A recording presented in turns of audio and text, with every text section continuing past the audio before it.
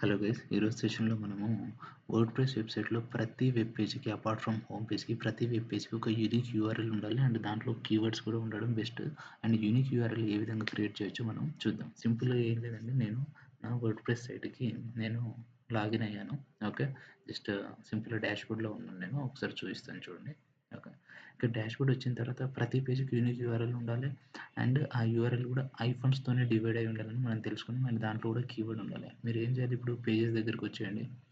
Pages దగ్గరికి వచ్చిన తర్వాత సింపుల్గా మీరు ఏం చేయొచ్చు అంటే, ఇప్పుడు అబౌట్ ఉంది. అబౌట్ పేజ్ యొక్క యూనిక్ యూఆర్ఎల్ మీరు ఏ విధంగా క్రియేట్ చేయొచ్చు అంటే, ఎడిట్ మీద క్లిక్ చేయండి.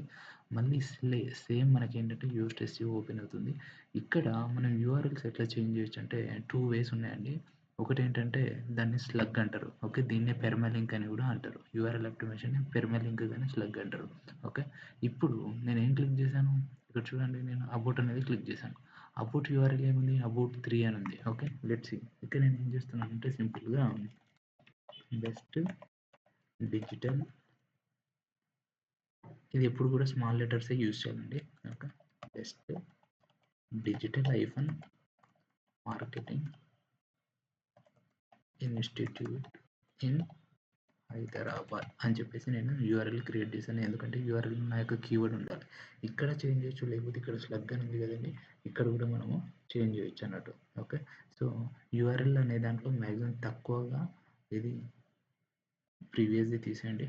ఓకే. తక్కువగా ఇది హ్యాష్ ఐఫన్స్ ఉండేలాగా చూసుకోండి. అండ్ మీ యొక్క కీవర్డ్ ఉండాలి. ఓకే.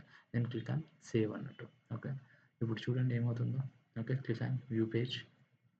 ఏమైంది, ఇక్కడ యూఆర్ఎల్ అనేది మీకు చేంజ్ అయింది కదా. ఇంతకుముందు ఏముంది, యూఆర్ఎల్ అబౌట్ 3 అని ఉంది. ఇప్పుడు ఏమైంది, best digital marketing institute in Hyderabad. So ప్రతిసారి యూఆర్ఎల్ని చేంజ్ చేసినప్పుడల్లా ప్రతి వెబ్ పేజ్, మీ వెబ్సైట్లో ఉన్నటువంటి ప్రతి పేజ్ కూడా మీరు సింపుల్గా యూస్ట్ ఎస్ఈఓ ప్లగిన్ యూజ్ చేసి యూఆర్ఎల్స్ని కూడా చేంజ్ చేయొచ్చు. అందులో మీ కీవర్డ్ కూడా ఉండాలి. దానివల్ల ఎస్ఈఓ ర్యాంకింగ్స్ ఇంప్రూవ్ అయ్యే ఛాన్స్ ఉంటుంది. ఈ వీడియో మీకు నచ్చినట్టయితే లైక్ చేయండి.